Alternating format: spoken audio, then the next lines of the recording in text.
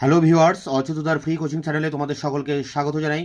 আজকের এই ভিডিওতে তোমরা যারা ক্যালকাটা ইউনিভার্সিটিতে সিসিএফ নিউ সিলেবাসে ফার্স্ট সেমিস্টারে জেনারেল বা পাশে পড়ছো হিস্ট্রিতে, তোমাদের যে এমডিসি 1 পেপারটি রয়েছে প্রাচীন ভারতের ইতিহাস, এই পেপারটির সাজেশন 2025-এর লাস্ট মিনিট সাজেশন নিয়ে আলোচনা করছি আজকের এই ভিডিওতে। তো দেখো, এখানে তোমরা জানো যে 5 নম্বরের প্রশ্ন আসবে এবং 10 নম্বর আসবে এবং 20 নম্বরের প্রশ্ন আসবে। তো এখানে যে সমস্ত প্রশ্নগুলো আমি এক্ষেত্রে তোমাদের সামনে তুলে ধরছি তার প্রতিটা প্রশ্নের উত্তর, অর্থাৎ তোমাদের সাজেশনের 100% সমস্ত প্রশ্নের উত্তর আমি চ্যানেলে আপলোড করে দিয়েছি।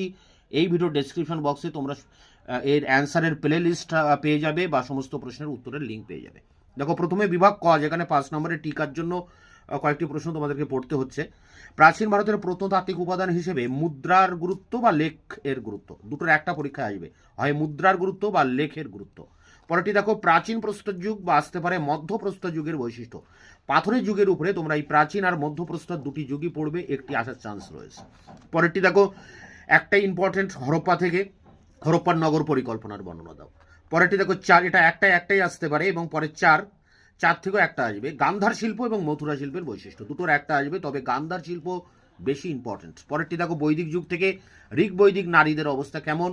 পরের 6 দাগে রয়েছে ভীমবেটকার গুহা চিত্র। তোমরা এই পর্যন্ত একটা প্রশ্ন তোমরা কেউ মিস করবে না, এই 6টি প্রশ্ন অবশ্যই ভালো করে দেখে যাবে, তাহলে 3টি প্রশ্ন কমন পেয়ে যাবে। তাছাড়াও তোমরা আরও 2-3টি প্রশ্ন এক্সট্রা দেখে যেতে পারো, যেমন মেহেরগড় উৎখননের গুরুত্ব। 8-এ রয়েছে আজীবিক ধর্ম বা আসতে পারে অষ্টাঙ্গিক মার্গ, এই দুটিরও একটি প্রশ্ন পরীক্ষায় আসার চান্স খুব রয়েছে, আজীবিক ধর্ম অষ্টাঙ্গিক মার্গ।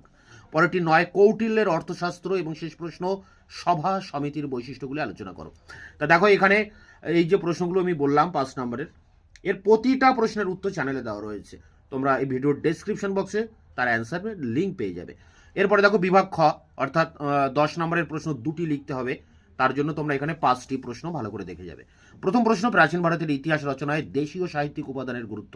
এই যে প্রথম প্রশ্নটি, এটি কিন্তু 20 নম্বরের জন্য প্রথম প্রশ্ন হিসেবে ইম্পর্টেন্ট। 20 নম্বরের প্রশ্নের তালিকাও এটা প্রথমে রয়েছে, দেশীয় সাহিত্যিক উপাদান হয় 20 নম্বরে আসবে, নতুবা এই 10 নম্বরে আসবে, এটা আসবেই পরীক্ষায়, তোমরা এটা কিন্তু কেউ মিস করবে না। পরেরটি দেখো, ষোড়শ মহাজন পদ সম্পর্কে লেখো। পরেরটি ঋগ বৈদিক যুগের সামাজিক জীবন কেমন ছিল বা আসতে পারে অর্থনৈতিক জীবন কেমন ছিল, এই দুটোর একটা কিন্তু আসতে পারে, আবার দুটো একসাথেও দিতে পারে। পরেরটি দেখো, হরপ্পা সভ্যতার পতনের কারণগুলি লেখো। এবং শেষ প্রশ্ন, নব্যপ্রস্তর যুগের বিপ্লব কথাটির তাৎপর্য লেখো। তোমরা এই 5টি প্রশ্ন অবশ্যই করবে এবং 5টি প্রশ্নের উত্তর দেওয়া হয়ে গিয়েছে, আমি ইতিমধ্যে দিয়ে দিয়েছি, এবং এই 5টি প্রশ্ন থেকে তোমরা অবশ্যই 2টি প্রশ্ন কমন পেয়ে যাবে। বিভাগ গ, মার্কস 20, অর্থাৎ 20 নম্বরের প্রশ্ন দুটি লিখতে হবে, 4টি প্রশ্ন পরীক্ষায় আসবে। তো সেই 4টি প্রশ্ন কমন পেতে তোমরা এখানে 5টি প্রশ্ন মাত্র দেখে যাবে। প্রথম প্রশ্ন, হরপ্পা সংস্কৃতির বৈশিষ্ট্য আলোচনা করো।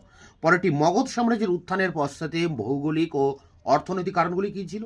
পরেরটি, আলেকজান্ডারের ভারত আক্রমণের কারণ ও ফলাফল লেখো। পরেরটি, গৌতম বুদ্ধের ধর্মের মূল নীতি কী ছিল, এই ধর্মকে কেন প্রতিবাদী বলা হয়। শেষ প্রশ্ন, সঙ্গম সাহিত্য বলতে কী বোঝো। দক্ষিণী সংস্কৃতি বা দক্ষিণ ভারতের সংস্কৃতির উপর এর প্রভাব লেখো। 5টি প্রশ্ন, হরপ্পার বৈশিষ্ট্য, মগধের উত্থান, আলেকজান্ডার ভারত আক্রমণ, গৌতম বুদ্ধের ধর্ম, সঙ্গম সাহিত্য। এই 5টি প্রশ্ন তোমরা দেখে যাবে, 20 নম্বরে 2টি প্রশ্ন কমন পেয়ে যাবে। এখানে সাজেশনের সমস্ত প্রশ্নের উত্তর আমি চ্যানেলে আপলোড করে দিয়েছি, তোমরা প্লে লিস্ট থেকে অ্যান্সারগুলি পেয়ে যাবে। এছাড়া ইউটিউবের যে সার্চ ইঞ্জিন, সেখানে সার্চ করলেও তোমরা আমার ভিডিও পেয়ে যাবে, অ্যান্সার ভিডিও। যদি খুঁজে না পাও তাহলে আমাকে তোমরা কমেন্টস করতে পারো নিচে কমেন্ট সেকশনে।